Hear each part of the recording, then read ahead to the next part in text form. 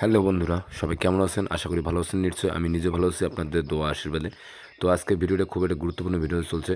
তো কেউ ভিডিওটা স্কিপ করবেন না প্লিজ। সবাই ভিডিওটা না টেনে পুরোটা দেখতে থাকুন।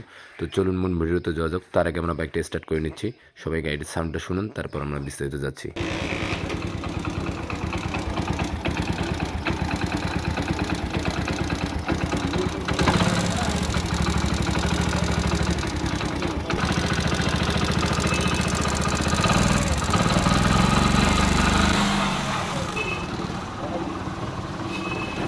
তো বন্ধুরা, আপনারা সাউন্ডটা শুনতে পারলেন, সাউন্ডটা কত পরিমাণে খারাপ, একদম বাজে একটা নয়েজ টিক টিক টিক করতেছে।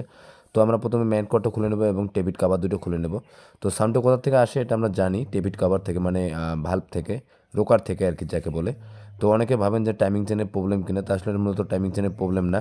তো আমরা ভাল্ব দুটো এখন চেক করব। প্রথমে আমরা ইনটেক ভাল্বটা দেখব এবং তারপর এক্সজস্ট ভাল্বটা দেখব।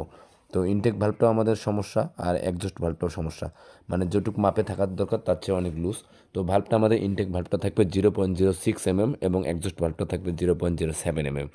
আর মূলত বিষয় হচ্ছে এক একটা গাড়ি ভেদে এক এক রকম ভাল্ব অ্যাডজাস্টিং থাকে। প্রত্যেক গাড়ির হিরো হোন্ডা গাড়ির একরকম থাকে, বাজাজের একরকম থাকে, তাই প্রত্যেক গাড়ির মাপ আলাদা আলাদা।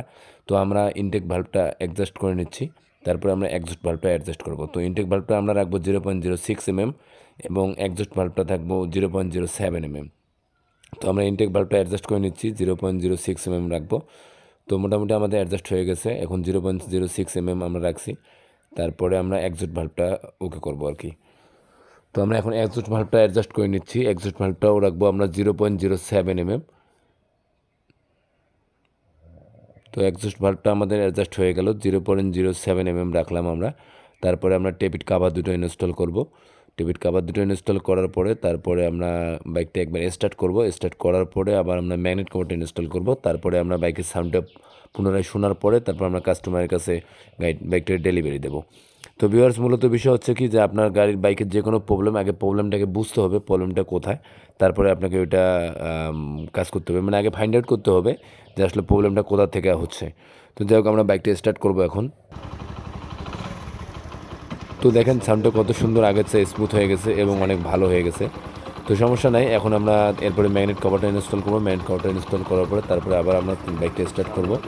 তো স্টার্ট করার পরে তারপরে আমরা ওনারের কাছে আর কি হ্যান্ড ওভার করবো।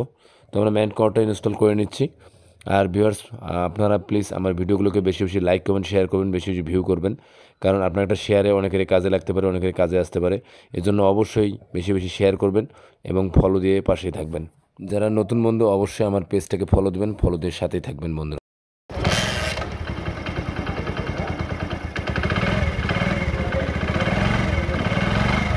যাই হোক, আমাদের বাইকটার কাজ ওকে। এখন আমরা বাইকের ওনারের কাছে বাইক হ্যান্ড ওভার করবো। তো ততক্ষণ সবাই ভালো থাকবেন, সুস্থ থাকবেন, সুন্দর থাকবেন। ধন্যবাদ।